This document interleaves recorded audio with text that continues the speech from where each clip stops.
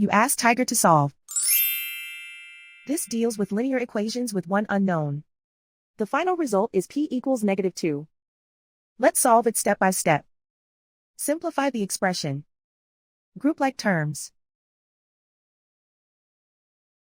Simplify the arithmetic. Swap sides. Group all constants on the right side of the equation. Subtract 1 from both sides.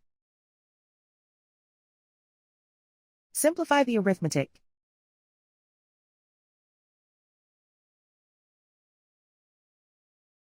Isolate the p. Divide both sides by 9. Simplify the fraction. Find the greatest common factor of the numerator and denominator. Factor out and cancel the greatest common factor. And so the final result is p equals -2.